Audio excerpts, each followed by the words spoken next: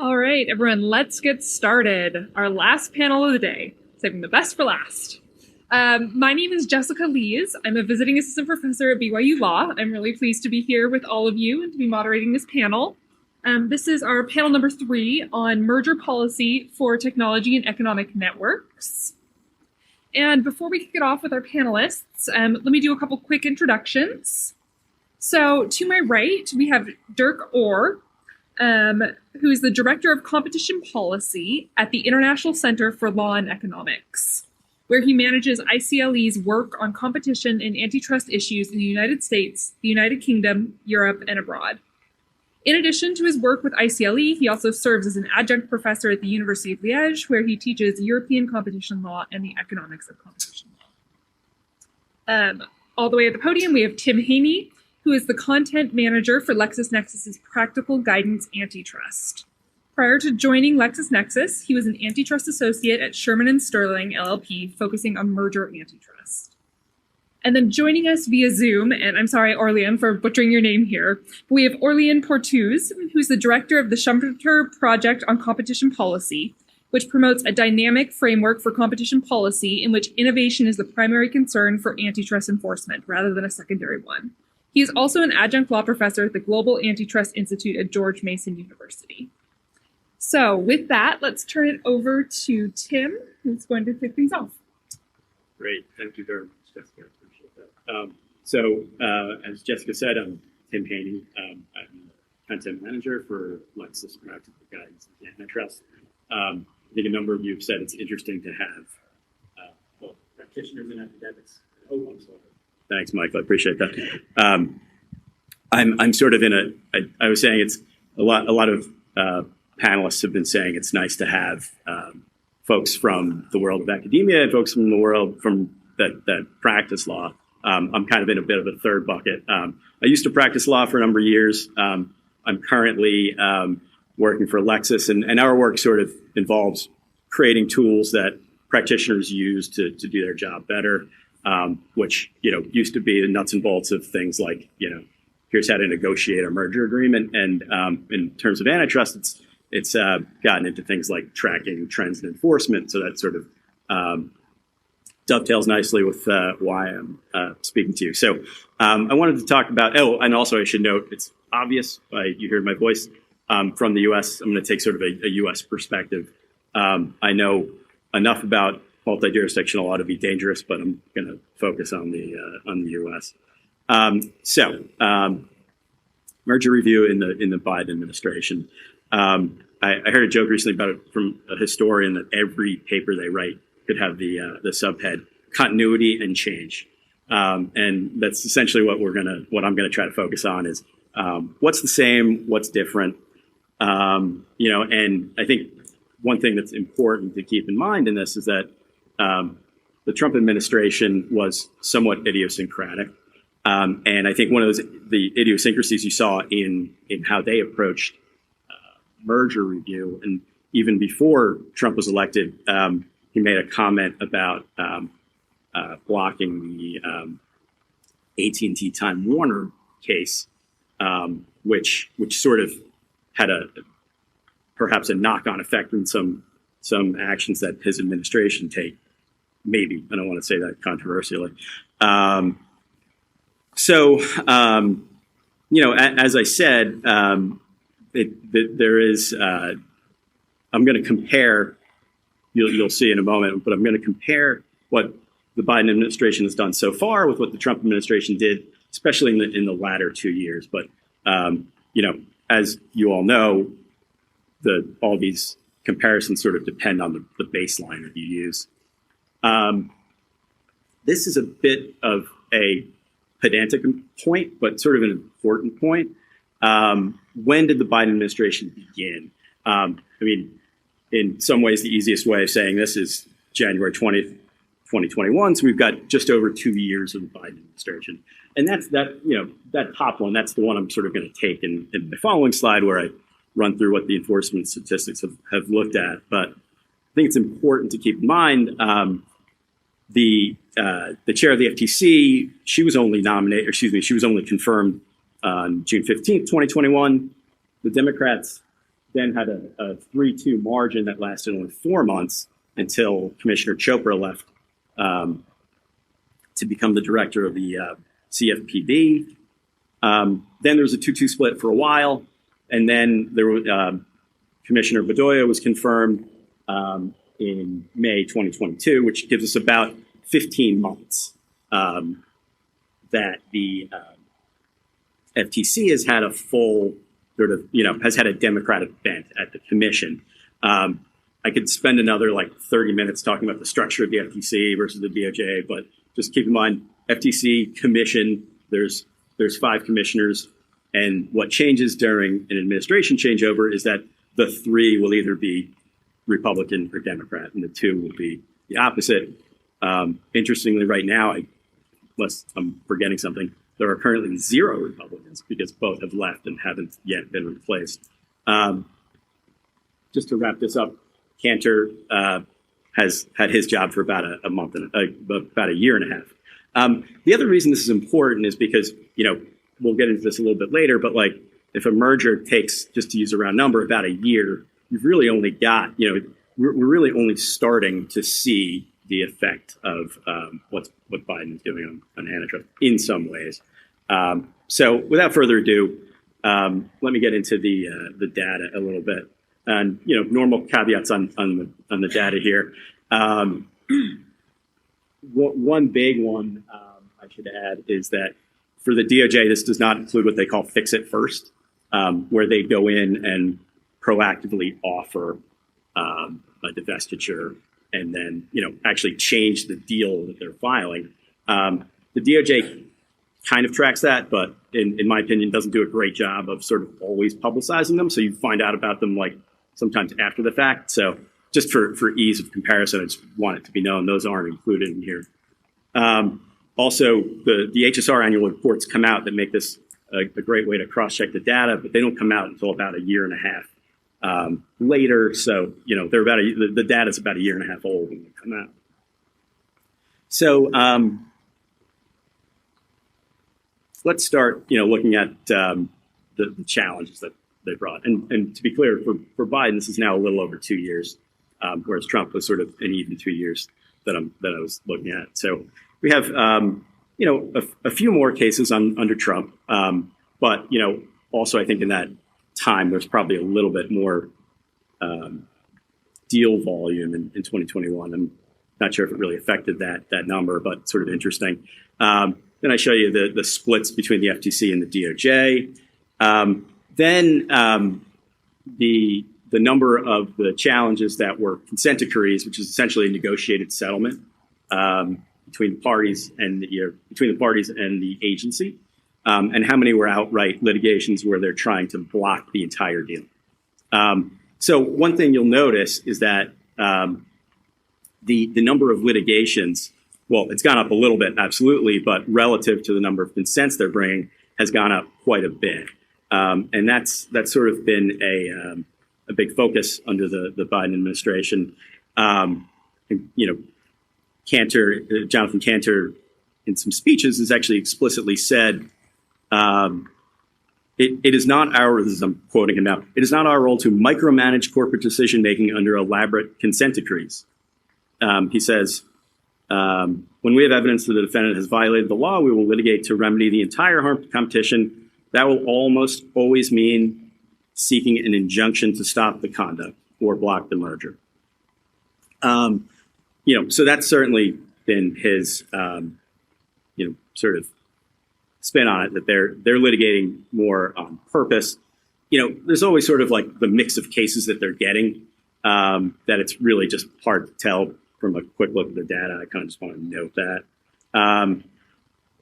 Another thing I wanted to note, there's been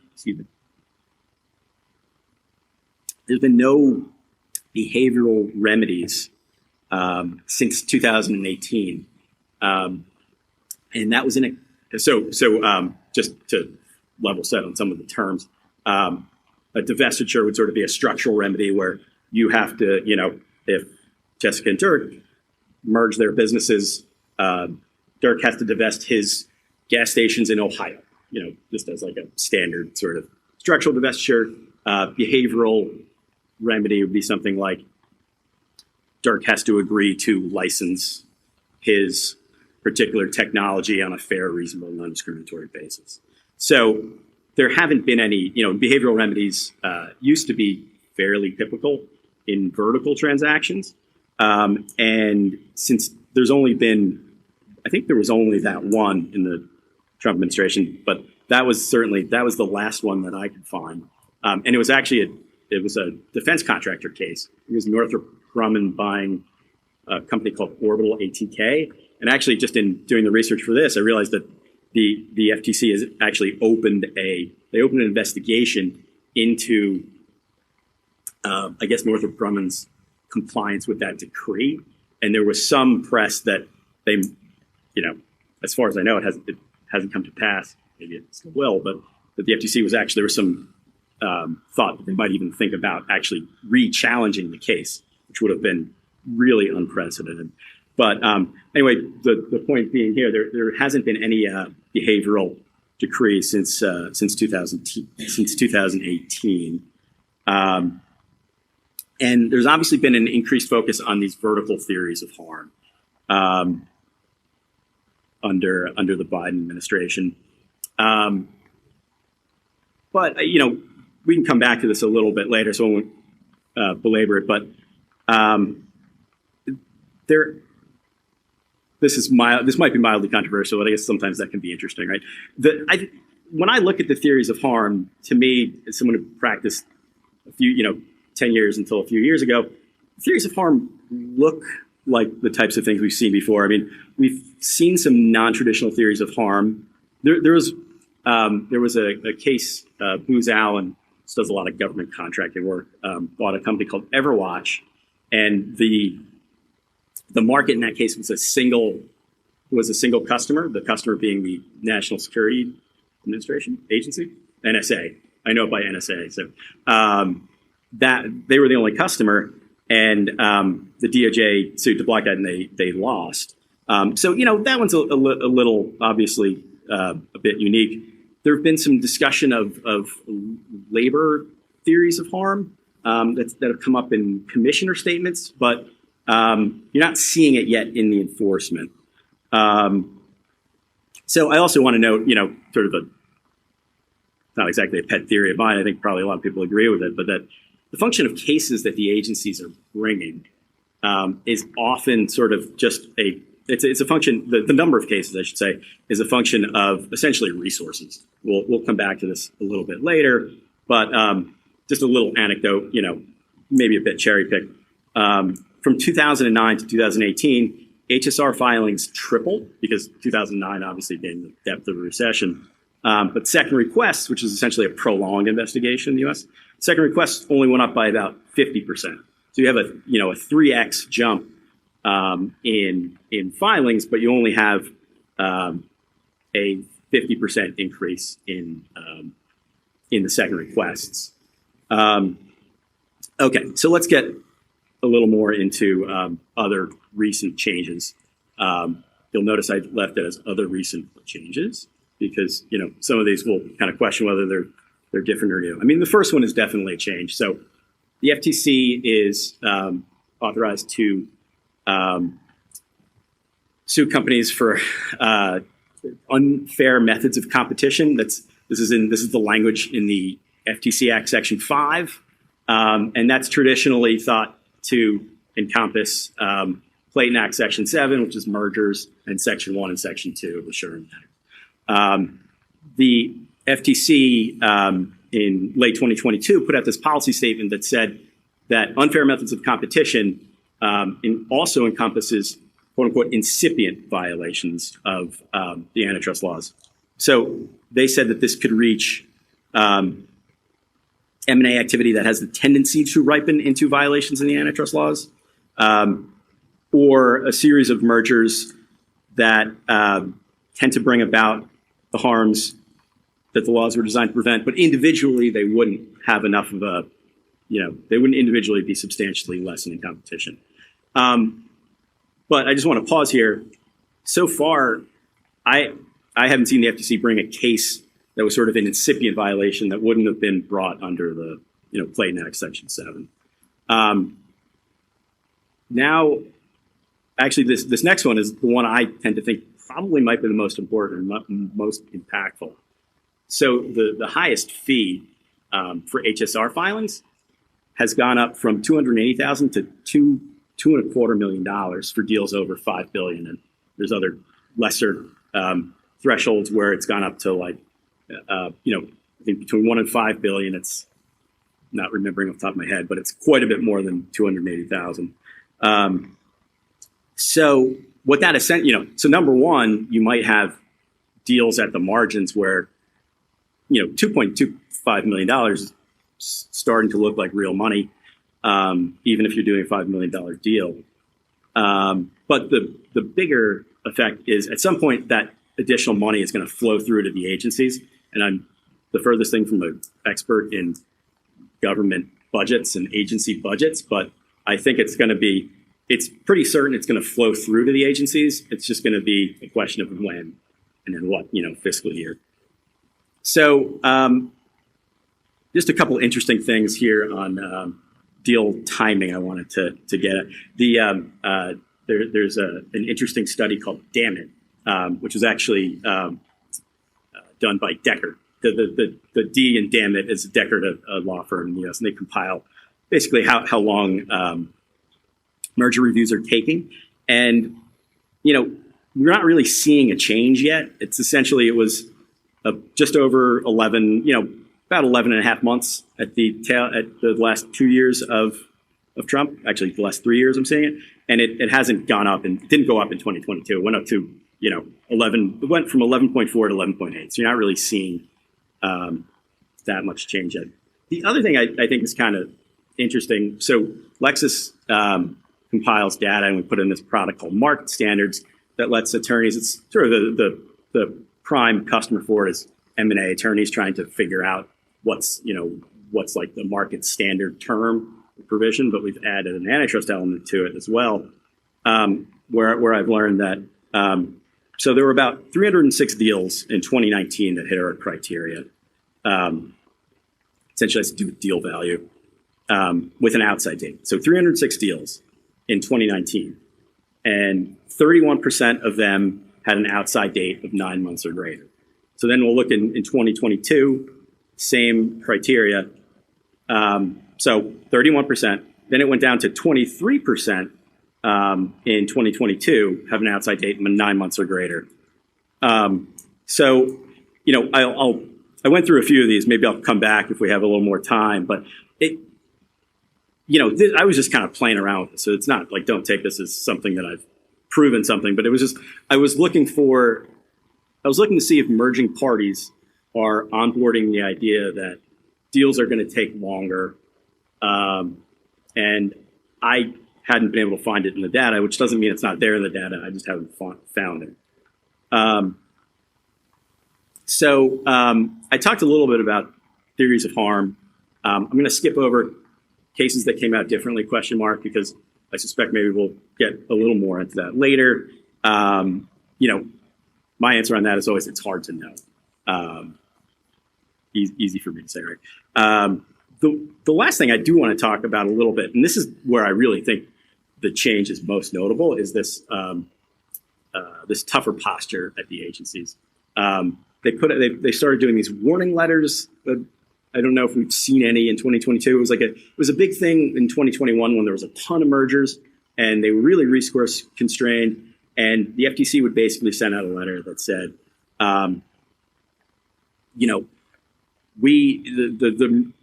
HSR period was terminating, but they hadn't finished their review, but they also hadn't done enough to either issue a second request or try to block it. So they said, it was basically just saying there's no legal impediment to you closing, but we just want to warn you, we can still sue you. As far as I know, I don't know if there was a deal that closed and then they went after it but it just sort of reflects the tougher posture. Somewhere in early 2021, the FTC stopped early terminations on HSR filings, and it still hasn't come back. And they also added these prior notice provisions into their consent decrees, which essentially say, that not only do you have to notify your HSR reportable deals, but you have to notify these other deals. And there are some important changes that are still to come, including these horizontal and vertical draft merger guidelines. The FTC withdrew its approval of the current vertical merger guidelines. The DOJ hasn't, but they said they're conducting a review. So I've talked for way too long, so I'm going to stop there. Thank you so much. I'll turn it over to Dirk.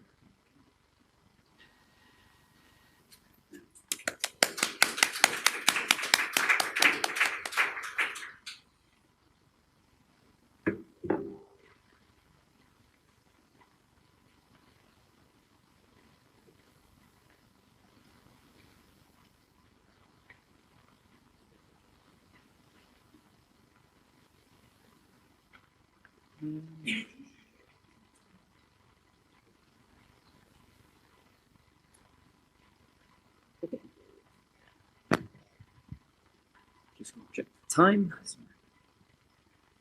Okay, so I'm really happy to be here today, and I thought that it would be useful to talk a little bit about killers. So every year, 3 million people worldwide die of alcohol. 2.8 million people every year around the world die of obesity. And 1.3 million people die as a result of road traffic crashes. So, I think the problem or the solution to these problems is really simple, right? First, we should shift the burden of proof. You should prove that you're a safe drinker before you can order alcohol. Restaurants should show that their food will not make you obese before they can sell it. Why is this like there? We should expand ex-ante controls, right? So why not control the weight of customers before they enter a McDonald's? And finally, we should have ex-post reviews with structural separation. If your insurance premium goes too high, you can no longer carry any passengers. Now, I'm being a little facetious, but the point here is that obviously policy isn't so simple, and we actually have trade-offs involved in policy choices. And so we need to weigh both the costs of practice and the policy, but also the benefits.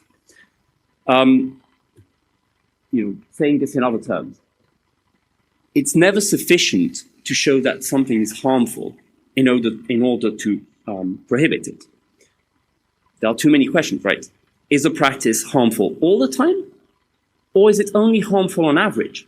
And if it's only harmful on average, can we pinpoint individual instances where it is or it is not harmful? We need to ask whether there are countervailing benefits. And finally, we should ask, well, can we design legal institutions that mitigate harmful conduct at an acceptable cost, right? So the bottom line, and this is sort of an old intuition from Easterbrook, we need to minimize the cost of we need to minimize the social costs that stem from false convictions, false acquittal, and enforcement costs. You can probably see where all of this is going, right? What could this possibly have to do with antitrust and merger enforcement? Well, this sort of reasoning I just mentioned before seems to be more and more applied to merger policy. So there's basically an argument that authorities have let too many cases sort of fall through the cracks, and so we need tougher rules now with regard to mergers, particularly with regard to startup acquisitions. And so, as I sort of suggested, key proposals include shifting the burden of proof, ex-post merger reviews, and lowering or even removing filing thresholds, because effectively, with Article 22 of the EU merger regulation, as it's been reinterpreted, it seems to me there are very few limits to which mergers could actually be reviewed by the Commission. And basically, with the rest of my presentation, I just want to make 2 points that I think are important. The first is the evidence that is being used to support these policy proposals is more ambiguous than is typically recognized. And the second thing is, I think many people in this policy space tend to overlook the limits of government intervention with regard to mergers. So I think probably the biggest piece of evidence that's cited to support merger reform, especially with regard to startups, is the killer acquisitions paper by Cunningham and Ederer and Marr. As a piece of empirical economics, I think it's a very important paper, but sometimes its implications are overplayed, and I can explain. So the authors find that between 5.3 and 7.4 of pharmaceutical mergers are killer acquisitions where the incumbent acquires a rival to discontinue its competing R&D project. To put this differently, in 17.5% of non-overlapping mergers, the target firm continues, whereas when you have overlapping mergers, the target firm only continues in 13.4% of cases, right? So this delta is essentially the effect of killer acquisitions according to the authors. Now, let's take these numbers as given. There are still a number of implications that I think are important. The first thing is that even under these numbers, the vast majority of mergers are not killer acquisitions. Similarly, project discontinuations that are often used as a shorthand for killer acquisitions are the vast majority of outcomes, both in overlapping, non-overlapping mergers, and even when there is no merger. So we need to think carefully, and obviously, if there is no merger, the discontinuation can't be the result of a killer acquisition. So we need to think very carefully about what are the reasons that cause project discontinuations. And that tends to be glossed over in the Cunningham and Ederer and Marr paper. And finally, again, still taking the author's numbers as given, they concede that the effect of killer acquisitions on innovation and on total surplus is ambiguous. Right? Different paper, but sort of similar situation. There's a paper where Salop argues that essentially incumbents can always profitably acquire rivals. And the idea behind that paper is that monopoly profits of one firm will always exceed the joint duopoly profits of two firms, right? And so the idea behind the paper is that this difference in profits gives incumbents the ability and incentive to acquire potential rivals. And again, like that makes sense, but it's important to recognize that the paper is built on important assumptions. So for this intuition to work, it must be that that the acquired firm in a given case is an actual potential competitor, right? It must be the case that the firm could actually enter the market of the incumbent. It must be the case that the rival could not hope to overthrow the incumbent.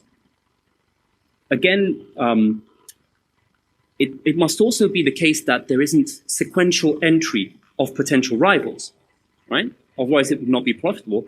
And finally, one thing that the model doesn't look at is just the costs of R&D duplication. If you start saying, well, maybe it's more expensive for two firms to produce the same innovation than one, it's no longer automatically the case that these sorts of acquisitions harm consumer welfare. And finally, so those are two papers that have, I think, implications that are more ambiguous than typically recognized. And finally, I want to briefly touch upon the limits of intervention. In a recent paper with Brian Albrecht, Jeffrey Manny, and Eric Fruits, which we call doomsday mergers, we look at predictions or fears that were voiced about big mergers before they took place. And we sort of look at those markets after the fact and see, well, did the fears of critics, did they pan out or not? And I'm just going to cite three examples here. One of the mergers that drew a lot of attention was Amazon Whole Foods. And critics at the time said that the deal would reinforce Amazon's market position both in online retail and in physical retail. Now, if you look at that deal after the fact now, Amazon's position in online and physical retail as it pertains to grocery has actually either remained stable or decreased. Several of Amazon's rivals, both in the online retail space and the physical retail space, have either grown more rapidly or have had larger market cap increases, right? And, important to point out, the market share of Whole Foods, the target in this case, which people said would dominate the physical grocery space, has actually remained roughly stable to less than 1%. So I think it was 1.2 or 1.3%, and it's still in that ballpark. Sort of different markets, similar thing with beer consolidation in the United States. So in the beginning, the first 2 decades of the 21st century, there were a number of mergers in the beer industry. They led to higher, it was argued that they would lead to higher consolidation, to more concentration in the beer industry, higher prices, and that they would basically prevent craft brewers from continuing to enter the market. If you look at those markets today, you can see that market concentration has decreased. The average price of beers has not increased. That doesn't mean it's decreased. But I will caveat that some beers, such as Miller Lite, Coors Light, and Bud Light, their price has increased. And finally, the number of craft brewers has increased significantly, and actually continued to increase it's increased at an increasingly high rate. Finally, last merger is Google Fitbit.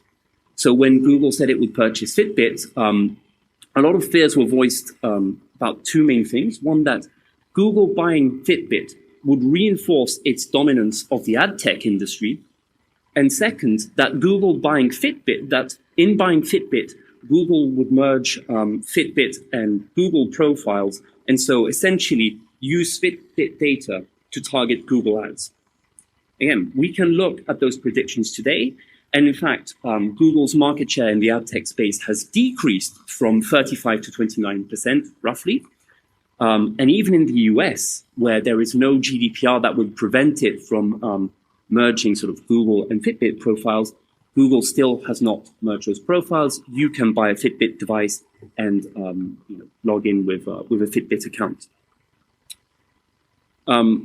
So I want to be clear about what I'm saying here and what I'm not saying. I'm not saying here that these mergers are necessarily beneficial, right? We don't know the counterfactual to these mergers, and it could be that those markets would be even more competitive than they are today. However, I do think that these mergers are a cautionary tale for enforcers, right? Predicting the future is extremely hard, as these examples show. And that is why merger enforcement should be based on evidence, not popular fears about bigness, as some authorities today seem to be swayed by. And finally, I think for better and for worse, mixed implications, I think these examples show why traditionally antitrust authorities and courts have relied on the analysis of short-term effects and tangible metrics like prices. Now, there are limits to that, but I think what our paper shows is that the alternative, looking into the future, is very hard. And if we're going to do that, we need much better evidence than is currently the case. So anyway, some policy implications about the paper. I think we need to be careful not to throw the baby out with the bathwater when we look at mergers, right? Many, maybe most, it depends on the evidence you look at, mergers are beneficial to consumers. It's very hard to differentiate anti-competitive from pro-competitive anti-competitive deals from pro-competitive deals before the fact. And if we're going to do that, we need to develop, again, evidence-based metrics that allow us to do it. And sort of along similar lines, we should think about, well, when we have these theories of harm that cover potential competition, what evidence do we think that firms could show that would support the finding that their deal is not competitive? It seems to me that very often with these theories of potential competition, essentially we're structuring them in the way where there is no evidence that firms could show that would convince enforcers. And finally, I'd just like to finish with one last point, which is just a reminder of what I said earlier. The goal of merger enforcement is not to reduce to zero the amount of harmful mergers that go through. The goal of merger enforcement is to reduce the costs, the social costs, that stem from both false acquittals and false convictions, plus enforcement costs. And so it's about finding a balance, and that means trade-offs. And I think for the moment, at least is sort of look at popular media sometimes, we tend to forget about this trade-off. That's it. Thank you. Thank you so much.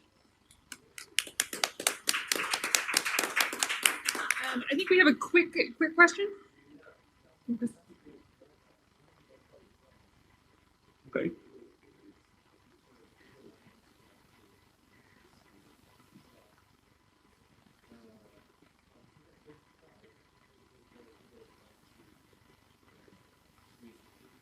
Yeah.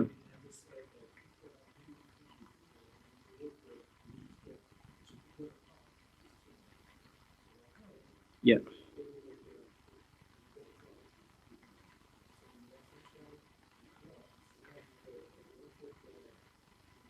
Mm-hmm.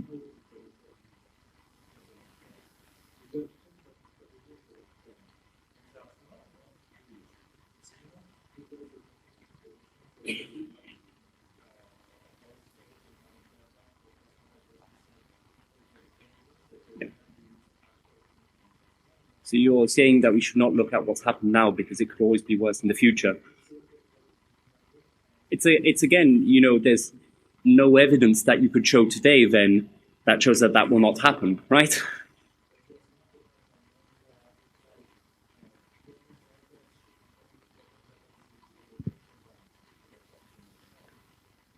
You know, years on that has not happened. There's no suggestion that that will happen, and you can always speculate that it will be the case, but sorry? So why is it we require a good account? You'd have to ask them. Again, it hasn't been the case for a long time. I think there are questions about how successful Fitbit has been. You know, you ask them. I can only speak to what's happened, and I think that that's a good starting basis. Again, if you look at what's happened over the years, there's been no suggestion that data from Fitbit and Google would be combined.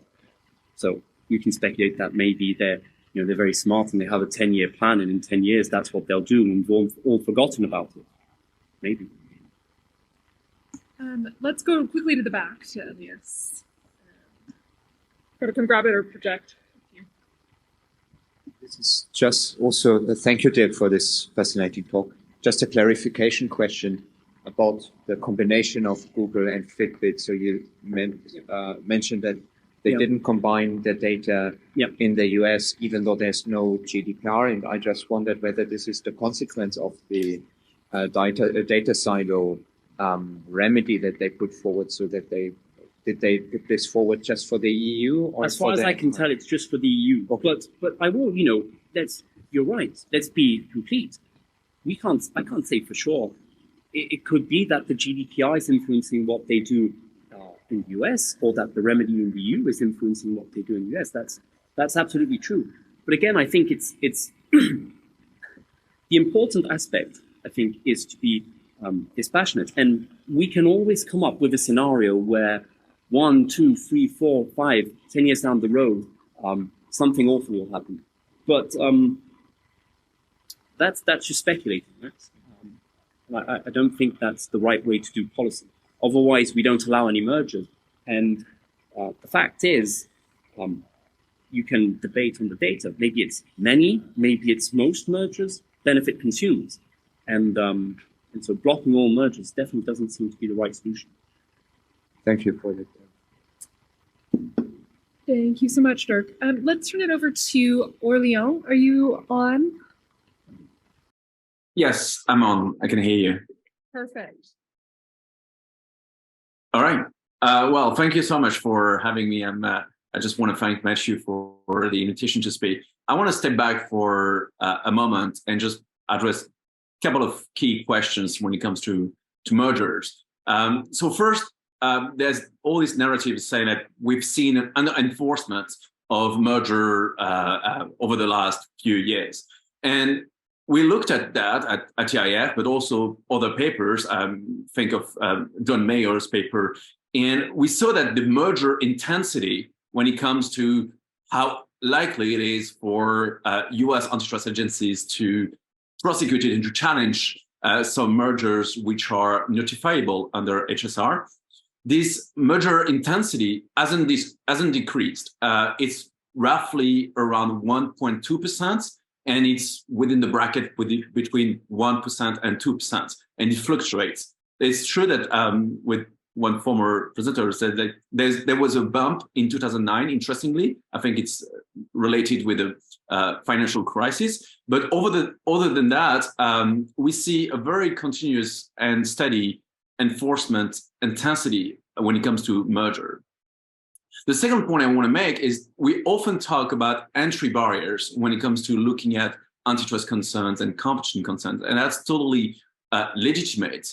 But when it comes to mergers, there's something that we have to think about, which is more the exit barriers that we may create by having a very assertive merger policy against, or at least toward, startups. The greater the assertiveness of the merger policy, the greater the exit barriers we create for startup founders. And we see that in terms of cost of capital. The IPO routes as exits is increasingly costly, both in the US and in Europe. And so acquisition is one of those key exits for startup founders that needs to be considered. So it would be great if in this debate, we all have some considerations with how to measure the exit barriers and how to minimize it, and how do we balance those exit barriers with the competition goals that we have. And unfortunately, the debate is very oftentimes overlooking the aspect of exit barriers. And of course, I mean, as Dirk mentioned, this major topic of killer acquisitions. I think perhaps the best rebuttal of this narrative of killer acquisitions, where we don't really have an evidence, the best rebuttal may perhaps be the FTC staff report from 2021, when the FTC has looked over 10 years for 600 transactions, which has been taken place by the 5 biggest tech companies. And the FTC staff itself just concluded that there wasn't real anti-competitive aspect on these transactions. There were some concerns when it comes to non-compete clause, which were tied in those transactions. But we haven't seen this kind of killer acquisitions where the acquisitions is done only for discontinuing the product or the services that are acquired. We haven't seen discontinuation. So what we've seen is more like deploying of innovation than killing innovation. And my final point perhaps would be, again, on killer acquisitions and perhaps the traditional aspect of killer acquisitions, which is pharmaceutical sector or biotech sector. I mean, we cannot talk about killer acquisitions those days without talking about the big mergers that is of great interest both in the US and Europe, which is Illumina and Grail. So this is a very interesting merger, both for the FTC and in Europe. It's very interesting because here, I mean, contrary to the narrative of killer acquisitions, we don't have 2 competitors. The 2 companies are different in the vertical chain. This definitely a vertical mergers in the early detection cancer technology. And also, interestingly, we have Grail, which was part of Illumina and which has been now spin off. So it's very interesting as a consequence of merging with the former companies. But what we've seen very recently, and especially in Europe, is a use, and perhaps a very controversial use, of Article 22 of the merger regulations. Although we don't have, I mean, Grail doesn't have any business or revenue in Europe, by a very extensive interpretation of Article 22, the European Commission has considered that it should, or at least it invited some member states to refer the mergers so they could basically block it, and that's exactly what it did. So I think that's very controversial in the sense that Article 22 was from in its inception was a tool for countries in Europe that didn't have some national competition authorities back then, many decades ago, and that was the case of Netherlands. But it was never a tool that could block mergers that don't have an effect on trade between member states. And yet, we see that the absence of effect on trade between member states doesn't prevent the European Commission to block this merger. So that's, I mean, when it comes to competition effect, it is, perhaps as Dirk mentioned, it's very speculative to say that even though there's no competition effect, even though there's no effect between trade between member states, we think, or at least the European Commission thinks, that there might be some anti-competitive harms and some risks for competition. This, of course, generates major jurisdictional issues, because if any mergers around the world that has no link with the European market can be reviewed by the European Commission, and they're blocked in the name of some killer acquisitions narrative, even though here they are not two competitors, and of course there's no purpose of discontinuing the technology, but rather deploying the technology at a quick pace. Then this creates some jurisdictional issues and definitely some lack of cooperations or lack of coordination between jurisdictions, and that even more increased legal certainty for companies. So not only, of course, we see all around the world some more assertive merger policy, which may have some unintended consequences, but from a jurisdictional point of view, if any jurisdiction can review any mergers at any time without any economic impact in the jurisdiction is supposed to manage, then that creates a very strong signal to entrepreneurs all around the world not to merge.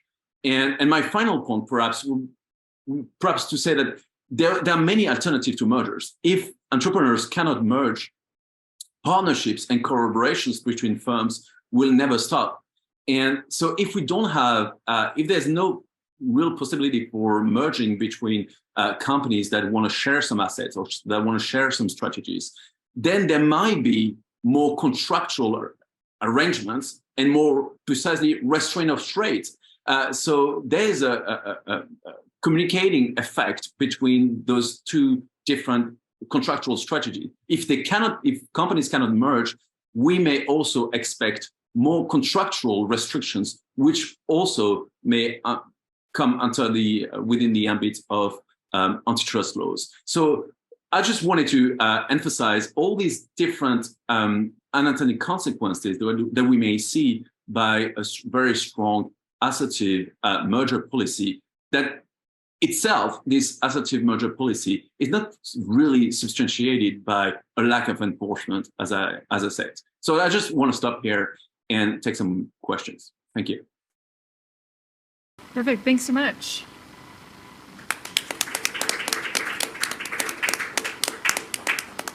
All right, we are just about out of time. I'll probably got a second for one question if we've got one. If not, we'll wrap things up. Yes, in back.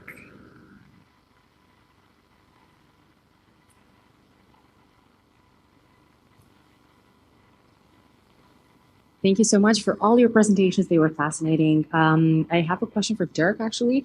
So very quickly, evidence. So you mentioned, we need evidence, but how do we collect evidence in a very imperfect world where it actually costs a lot of resources to get that evidence, to analyze that evidence, and then you need to do that perhaps for very many things that are happening in parallel. So how do we get this evidence and work with it in a manageable way? I think it's a very good question.